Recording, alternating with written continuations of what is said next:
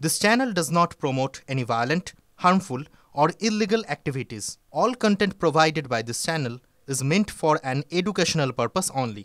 Top quality और consistent performance के लिए सिर्फ सिल्वर पंप्स नाम याद रखना। কোচবিহারের দিকে নজর রাখবো। তৃণমূল এবং বিজেপির মধ্যে সংঘর্ষে রণক্ষেত্রের চেহারা নিল কোচবিহার।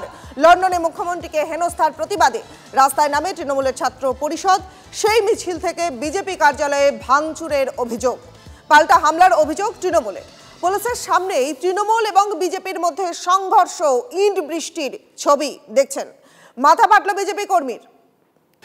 আরো একবার জানিয়ে দিই, তৃণমূল এবং বিজেপির সংঘর্ষে রণক্ষেত্রের চেহারা নিল কোচবিহার। লন্ডনে মুখ্যমন্ত্রীর হেনস্থার প্রতিবাদে রাস্তায় নামে তৃণমূল ছাত্র পরিষদ এবং তারপরেই সংঘর্ষ। আমাদের মিছিল যখনই বের হবে তখনই তৃণমূলের গুন্ডা বাহিনী এবং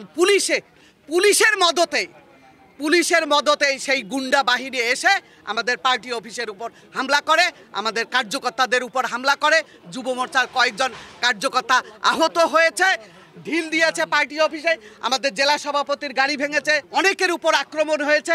নির্দোষ আমাদের 2 জন কর্মীকে গ্রেপ্তার করেছে। জনগণ যখন তাদের পাশে নেই, তারা তাদের গুন্ডা বাহিনী দিয়ে বিজেপির আন্দোলনকে দমিয়ে রাখতে পারবে, বিজেপির পার্টি অফিসে এসে হামলা করবে, এটা আমরা করতে দেব না।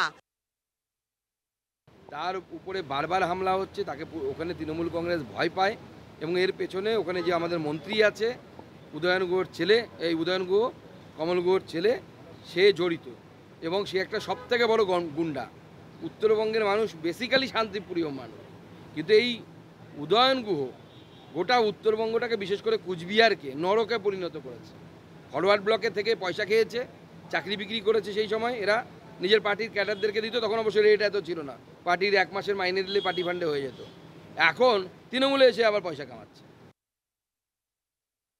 পশ্চিমবাংলার এক একটা জেলা উপদ্রুত জেলা হয়ে যাচ্ছে, বাংলাদেশের মতো পরিস্থিতি, বাংলাদেশের এক্সটেনশন হয়ে যাচ্ছে।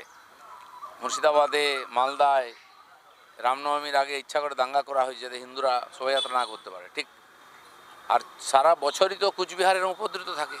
কিছু ক্রিমিনাল ওখানে টিএমসির নেতা হয়ে গেছে, কেউ এমএলএ মন্ত্রী হয়ে গেছে, তাদের দিকে কেউ আঙুল তোলার নেই, পুলিশ তাদের দিকে যায় না, ফলে তারা যা ইচ্ছা করে বেড়াচ্ছে। এটাকে সিরিয়া বানিয়ে দিয়েছে পুরো কুচবিহারকে।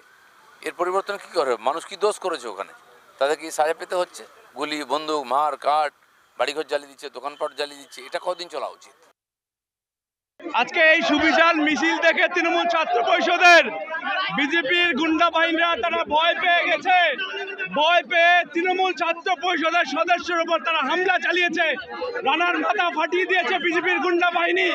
আমরা বিজেপির গুন্ডা বাহিনীকে হুঁশিয়ারি দিয়ে বলতে চাই, তোমরা যদি তোমাদের দম থাকে, সাহস থাকে, তৃণমূল ছাত্র পরিষদের সাথে লড়াই করে দেখাও, আমরা বুঝিয়ে দেব।